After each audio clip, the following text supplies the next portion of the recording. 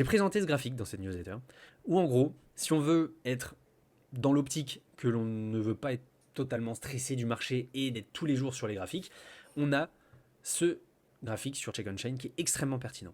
On a déjà ce niveau primordial à tenir. Vous le savez, j'en ai parlé largement assez dans les précédentes vidéos.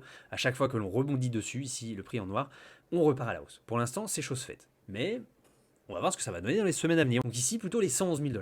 Tant qu'on les tient, ma cible, pour avoir vraiment un top digne de ce que nous avions eu en mars 2024 ou ici en novembre-décembre 2024, c'est à peu près cette fameuse zone au-dessus des 140 000 $. Là, il y aura une vraie surchauffe de marché.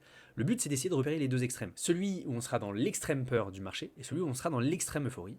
Et pour l'instant, il est à peu près estimé autour des 144 000 $, mais comme vous le voyez, c'est une bande, c'est une moyenne dynamique, donc on va la surveiller là aussi. Et maintenant, si on devait corriger et ne pas tenir ce coût moyen d'acquisition ici aux 111 000 $, la zone que je surveille, eh bien, c'est celle des 97 000, qui, comme vous le voyez là encore, en 2025 et 2024, nous avait servi de parfait bottom pour repartir ensuite dans une dynamique plus haussière.